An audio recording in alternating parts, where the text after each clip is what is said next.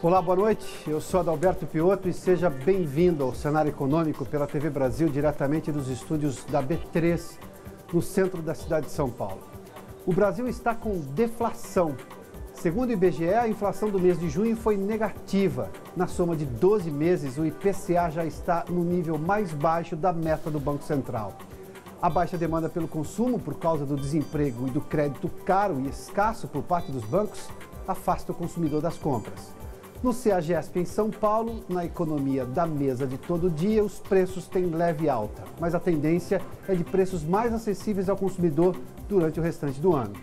Na indústria, preocupação com o momento político que pode comprometer a retomada. Mesmo assim, a CNI revê a estimativa e mantém a expectativa de crescimento da economia. O cenário econômico está no ar.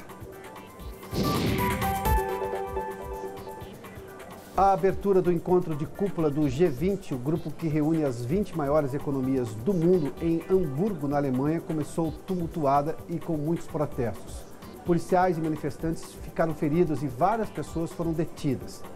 O presidente Michel Temer desembarcou na madrugada de hoje na Alemanha e, antes de entrar no hotel, falou rapidamente com jornalistas que estão na cidade para cobrir o evento. Quem tem mais informações é a repórter Gisele Garcia, em Brasília. Gisele, boa noite.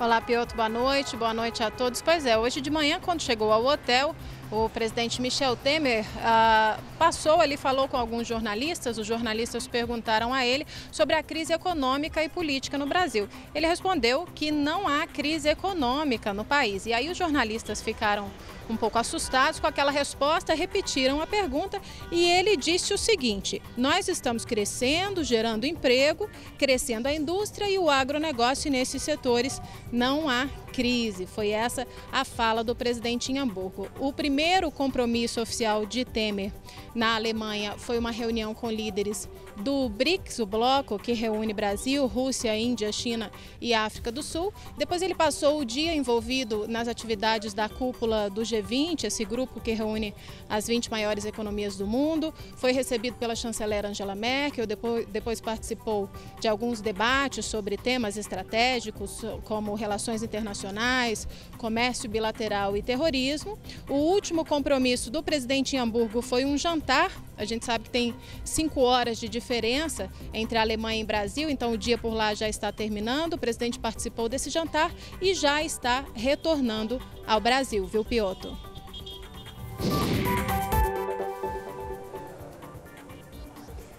E aqui no Brasil a informação é para quem ainda não sacou o dinheiro das contas inativas do FGTS. O último lote de saques do fundo, que vai ser liberado a partir de amanhã, deve injetar 1 bilhão e 200 milhões de reais no comércio e no setor de serviços. A previsão é do Serviço de Proteção ao Crédito, o SPC, e da Confederação Nacional de Dirigentes Lojistas. A estimativa é que os saques no mês de julho cheguem a 3 bilhões e meio de reais. A detalhe que boa parte dos que já retiraram dinheiro também foram lá e pagaram empréstimo, diga-se de passagem. Bom, vamos à redação da TV Brasil, que a Sara Quiles tem os detalhes. Boa noite, Sara. Boa noite, Piotto. Olha, 21% dos brasileiros já retiraram dinheiro das contas inativas. E agora, entre quem ainda vai sacar, a maioria, 62%, vai usar o dinheiro para quitar dívidas atrasadas ou pagar despesas do dia a dia. 22% planejam poupar e 11% vão gastar o extra em compras como roupas e calçados ou viajar. Já entre os que já sacaram, 83% quitaram dívidas ou pagaram contas do dia a dia. A pesquisa do SPC e dos dirigentes lojistas constatou ainda que entre os consumidores, 54% não têm dinheiro a resgatar e 10% desconhecem se têm direito a esse saque das contas inativas do Fundo de Garantia. Piotto?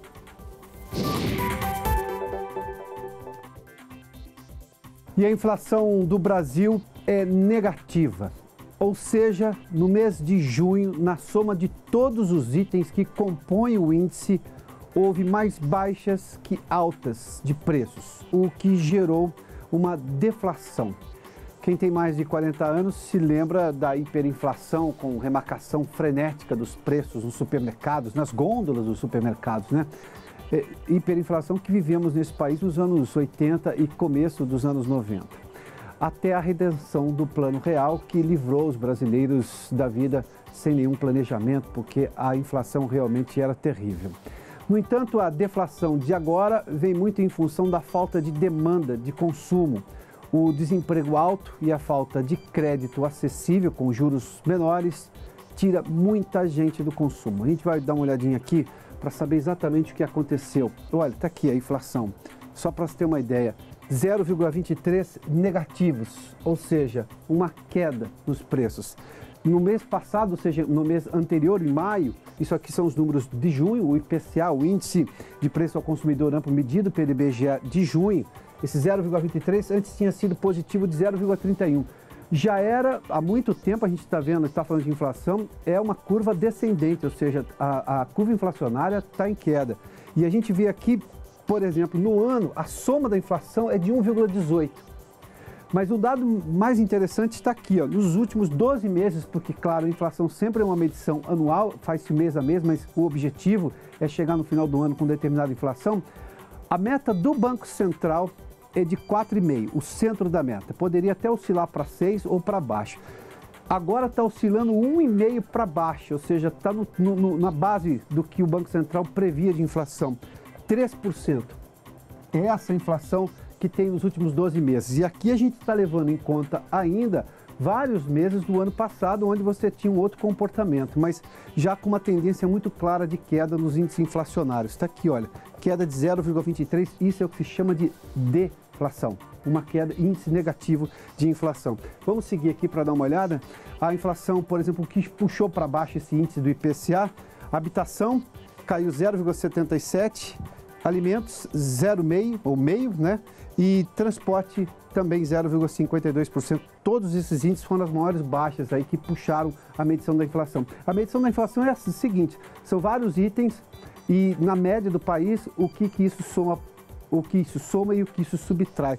Na verdade, esses índices subtraíram do índice para chegar na média dos últimos 12 meses ali com 3%. Vamos seguir aqui, isso tudo é inflação. Agora, evidentemente que tem uma outra questão que precisa ser levada em conta. Nós temos, e eu fiz menção isso logo no começo, um consumo muito baixo. As pessoas estão temerosas de gastar quem tem recurso e quem não tem crédito porque talvez não tenha emprego. Ou seja, não é uma situação muito normal, não é porque está tendo oferta demasiada que os preços estão baixando. Isso também, mas porque também as pessoas não estão comprando, ou seja, essa falta de demanda, isso é um problema de uma crise econômica que vem persistindo desde 2014, 15, 16 com PIB negativo e agora uma tentativa de retomada da economia. Falando sobre isso, a Confederação Nacional da Indústria reduziu sua estimativa de crescimento da economia para este ano, mas manteve a perspectiva de retomada. Se a expectativa da CNI se confirmar, será o primeiro resultado positivo da indústria desde 2013. Dá para entender por que não tem consumo, porque tem desemprego alto? Ou seja, desde 2013 a indústria não tinha resultado positivo. Mesmo assim, ela está estimando exatamente isso daqui, olha. 0,5% antes era a estimativa inicial, agora reduziu para 0,3%. Ontem o ministro da Fazenda voltou a dizer que não, que o governo ainda trabalha com 0,5% de crescimento da economia este ano, embora ainda haja certa turbulência política no país. O PIB industrial é de 1,3%, voltou para meio. Aqui só referente à indústria, que é uma estimativa da economia como um todo. O que a indústria acha que vai acontecer com seus vários setores? A indústria extrativa deve crescer 8%, é isso que justifica ainda essa aposta positiva. Indústria extrativa, por exemplo, minério de ferro, esse tipo de coisa. A indústria de transformação, e essa é mais interessante, essa gera mais emprego. Aqui tem dois tipos de indústria de transformação. Quando a gente fala de indústria de transformação, são dois tipos. Uma siderúrgica é uma indústria de transformação, pega a matéria-prima e transforma, por exemplo, em chapa de aço, que depois vai para uma outra indústria, que também é de transformação, para, por exemplo, montar um carro ou alguma peça. É outro tipo de indústria de transformação. Aqui, mesmo assim, mesmo com o momento turbulento, ainda se estima um crescimento de 0,9%. A indústria tem hoje ociosidade nas suas plantas, ou seja, mesmo que cresça, talvez o emprego não seja retomado ainda de uma forma mais intensa.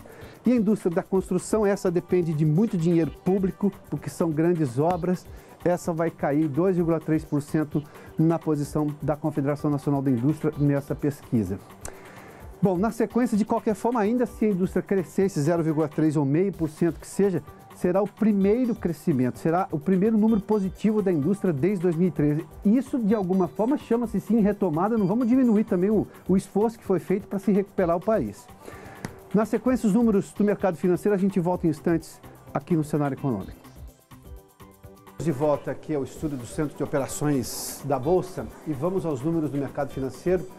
Nós estamos já na fase de ajustes aqui, o mercado está fechado. Vamos lá para o Ibovespa. Nesse momento, o Ibovespa teve uma queda hoje também.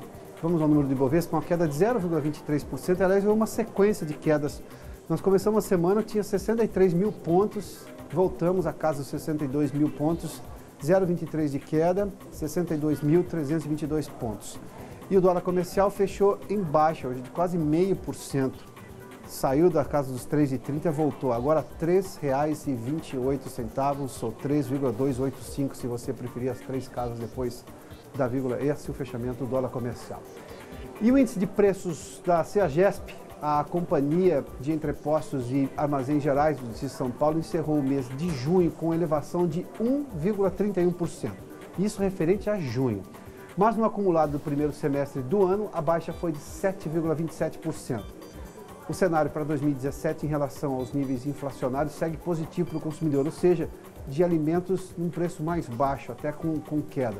Vamos até a redação da TV Brasil mais uma vez em São Paulo. A Sara Kines tem detalhes sobre as informações da CEAGESP. Sara? Oi, Piotto. Esse aumento de 1,31% é um reflexo das chuvas fortes que diminuíram a qualidade e a oferta de verduras e legumes em junho. Já o volume comercializado no primeiro semestre cresceu 4,1% em relação ao mesmo período do ano passado. Nos preços, a alta mais expressiva foi das verduras, 15,89%, seguida de legumes, 4,32%. O preço das frutas também subiu. Já o setor de pescados registrou queda de 4,58% e o de diversos, como batata e cebola, também caiu. No inverno, a demanda por verduras costuma ser menor, mesmo com a boa qualidade dos produtos. Mas, segundo os pesquisadores da CEAGESP, no próximo mês, frentes frias e ocorrência de geadas podem prejudicar a produção e trazer consequências para o bolso do consumidor. Piotto?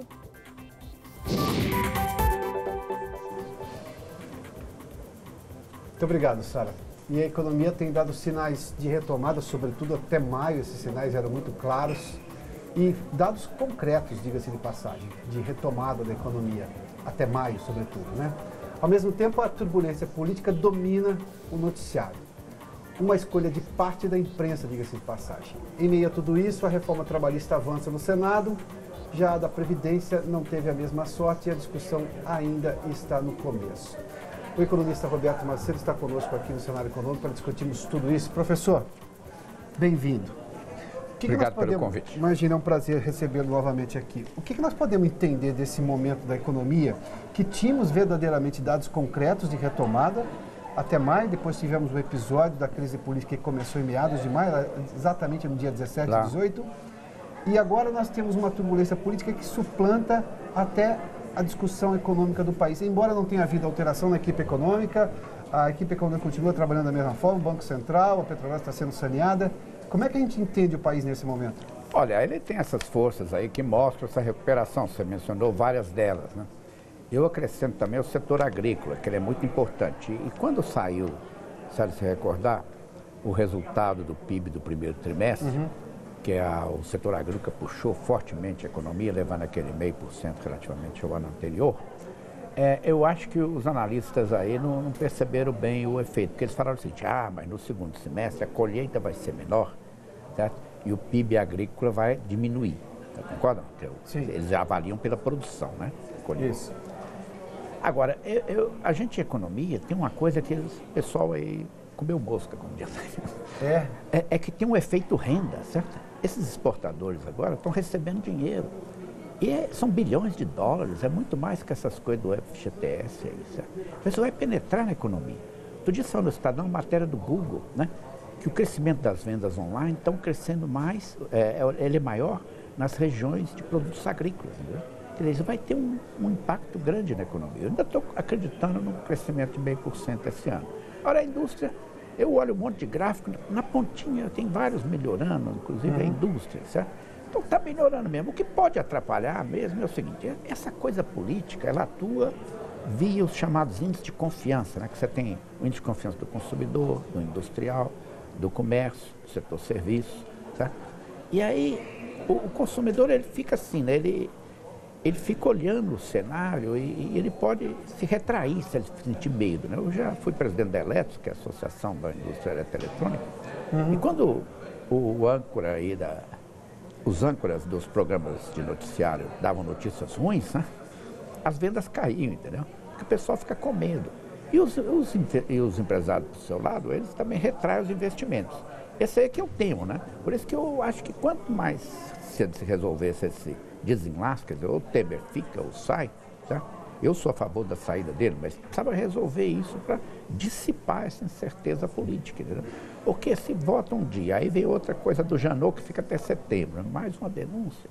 Isso contamina as expectativas. Eu acho que pelo lado produtivo a coisa estava indo bem. Bem assim, né? Menos mal, né? Porque sim, nós já tivemos fases aí. que tinha sido uma inflexão, na verdade, na economia. Né? Houve uma melhoria, ela estava só caindo, começou a inflexão. A gente olha os vários gráficos na ponta da curva, o pessoal fala ponto fora da curva. Eu olho o ponto na curva, na ponta da curva, para ver se está subindo ou não. Uma ideia de tendência. Tendência. Quase todos os gráficos que eu tenho observado.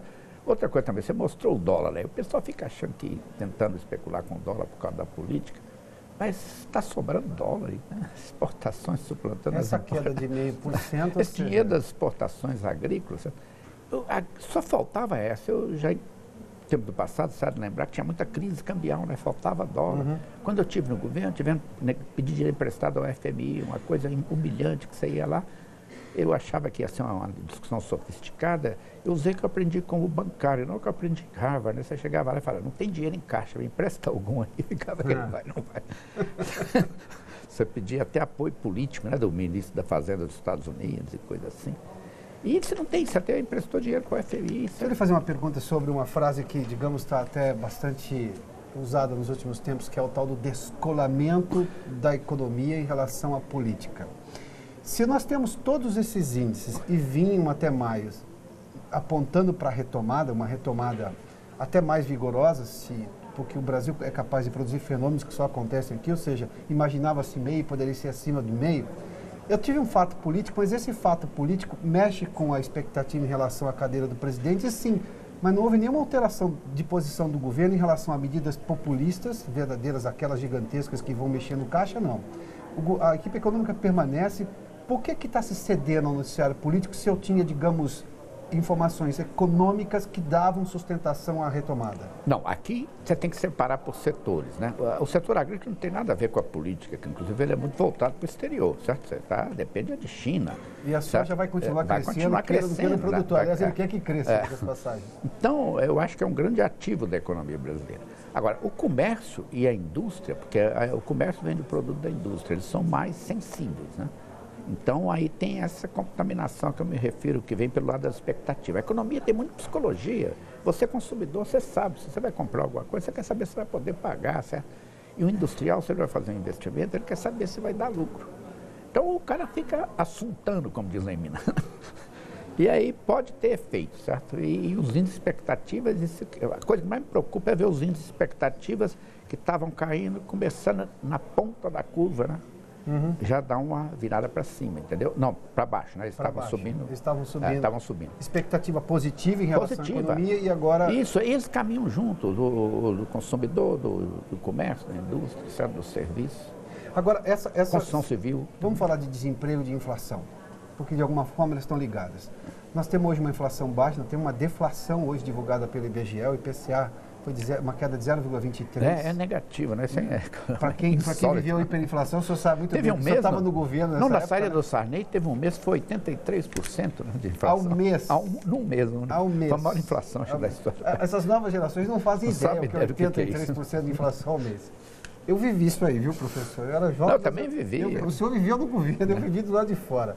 Mas eu tenho ali hoje um problema de demanda muito claro no Brasil. As pessoas não conseguem comprar porque elas estão desempregadas, estão endividadas e os juros são muito altos, o que impede Alguns porque estão inadimplentes não conseguem crédito, ficaram inadimplentes por causa de uma crise, nós tivemos 2 anos de PIB negativo. E por outro lado, eu tenho um crédito muito caro. Banco no Brasil não é fomento, não produz fomento de jeito nenhum e há muito tempo. Você está fechando muitas agências aí, né? Não, eu sou cliente do banco, eu fico à procura de agência. E não fomenta nada. Como é que eu vou retomar a economia se eu tenho baixo consumo? Eu vou colocar todas as fichas nas exportações? Cabe tudo isso? Não, calma aí, é o seguinte. Você tem que entender que a economia caiu 3,8% no ano, 3,2% no outro. Então ela atingiu uma espécie de fundo do poço, né? Que aí ela vai por uma espécie de inércia, ela vai suprindo as necessidades do usuário de consumo. Você anda pelos estados, tem caminhão para lá para cá. Estão transportando o quê? Estão transportando bem de consumo, a primeira necessidade. Então ela bate no fundo do poço, inclusive por essa razão, porque chega um ponto que o pessoal tem que comer, tem que beber, tem que dormir, transportar de um lugar para outro. Então ela bateu aí. Então ela batendo nesse fundo, ela começa a recuperar, entendeu? Então ela não está lá em cima para despencar mais, entendeu? Faz diferença, entendeu? Você não está no lugar onde você pode cair. Nós estamos, por exemplo, aqui no negócio da Bolsa, né? No auditório aqui. Como é que chama isso aqui? Centro de Operações. Centro de Operações. Nós estamos aqui numa posição, né? A gente poderia cair, mas se você estivesse lá embaixo, você não estava preocupado mais com queda, entendeu? E a economia está lá embaixo, entendeu? A situação é diferente, ela já tem um piso, né? Que é o piso das necessidades básicas. Que as pessoas têm que tocar a vida, né? Não fica mal, investimento, você sabe, e compra de bens duráveis. Se você olhar, a economia é o seguinte, eu dou muita palestra por aí, às vezes os caras estão preocupados com a economia, eu sempre digo, em que setor que você está? Em que região que você está? Você está no setor agrícola da região do Mato Grosso do Sul, certo? Ou do Mato Grosso, né? Então você tem que olhar, que setor você está? Quando é bem durável e depende de financiamento, você fica mais vulnerável. Agora, se você produz alimentos, você pega as curvas de alimentos, bebidas, produtos farmacêuticos, até cosméticos, que eu entendo que é uma necessidade básica, eles são muito mais estáveis, sabe? A indústria que tem crescimento. E aí, bate, o pessoal está lá embaixo, não tem medo de cair, entendeu? E a economia atinge esse piso e fica mais difícil, inclusive pela própria estrutura da economia, ela cair mais, entendeu? Mas eu tenho um alto nível de inadimplência e boa parte, nós temos ouvido aqui os centros, a Serasa, o SPC, boa parte foi para inadimplência por causa do desemprego, de 2 PIBs consecutivos negativos, e 2014 também já não tinha sido muito bom. E eu tenho muita gente agora, como é que eu vou reativar o consumo? Eu não tenho um nó do crédito hoje no país? Aí a questão é a seguinte, nós estamos falando de crescer 0,5%, né? Não é de crescer 2%, 3%. A inadimplência é alta, mas eu acredito que boa parte dela é questão de bens duráveis, que eu reconheço que é afetado mesmo. Eu já fui do setor eletroeletrônico. Vou te dar um exemplo, aliás. Eu trabalhei no setor eletroeletrônico, lá tinha muita discussão com o governo, negócio de taxa de juros, né? Crédito, não sei o quê. Depois eu fui trabalhar no setor de gás, que vende basicamente botijões de gás. Né? Lá não tinha nenhuma discussão sobre a política econômica do governo. Por quê? Não tem alternativa, é necessidade básica. A gente discutia muito, se tinha empresas enchendo botijão dos outros, coisa desse tipo, entendeu? Sim. Então, você tem... A minha tese é, o seguinte, que você bateu no fundo do poço, e aí a economia fica só se reproduzindo, entendeu? Essas coisas de inadimplência já estão contabilizadas, e você está lá embaixo. A questão agora é você começar a sair disso. E a aspiração não é grande, é crescer 0,5% para esse ano, entendeu? Eu acho que tem uma boa chance. O senhor mantém a expectativa de 0,5%? Mantém a expectativa por causa dos movimentos recentes e pela renda do setor agrícola que vai penetrar na economia. Até porque... Posso estar errado, entendeu? Uma pesquisa da indústria diz que teve o consumo aparente de máquinas e equipamentos cresceu. Deixa eu te falar. No início de maio, houve a Feira Agrícola de Ribeirão Preto. Você sabe que é um acontecimento enorme. Gigantesca. Venderam 2 bilhões de máquinas. Isso em maio, hein? Quer dizer, já no segundo semestre. O pessoal fica falando da colheita no primeiro, entendeu? Tá claro? Esse é um bom exemplo. Quer dizer, no início de maio, venderam 2 bilhões de máquinas agrícolas. Só num local, hein? Então tem gente aí investindo. Agora eles vão começar a plantar safra, o governo financia, e eles estão com dinheiro, e eu acho que vai dar uma ajuda boa. Mas o drama mesmo está nos serviços e bem duráveis. Eu estava falando de geladeira, de fogão. Claro, essas coisas. Está mais em bens duráveis, né? Agora, o drama mesmo está na política. Aí que a coisa pega. Porque se continuar esse nhen-nhen-nhen, aí os índices de expectativa começam a se deteriorar, entendeu? Eu vou olhar mais os índices de expectativas, tá? Porque se cair muito, o pessoal vai aí, independentemente de endividamento, certo? De renda, de emprego, o pessoal trava mais. Mas será de novo uma oportunidade perdida, se a gente... Sim, mas esse pessoal de Brasília, esses políticos, precisa criar vergonha, né? E pensar nos interesses do país. Eles ficam lá, o Temer agora ele fica negociando verba para ter voto na Comissão de Constituição de Justiça, certo? E o país aí está meio sem comando, entendeu? Mas a economia, ela é suficientemente forte para ter o seu ponto de resistência, mas você não pode abusar disso, porque se a confiança deteriorar, eu acho que vem coisa pior. Professor Roberto Macedo, obrigado mais Muito uma obrigado. vez pela gentileza. O economista Roberto Macedo, que nos atendeu aqui no Cenário Econômico, que termina aqui. Obrigado pela sua companhia, pela audiência.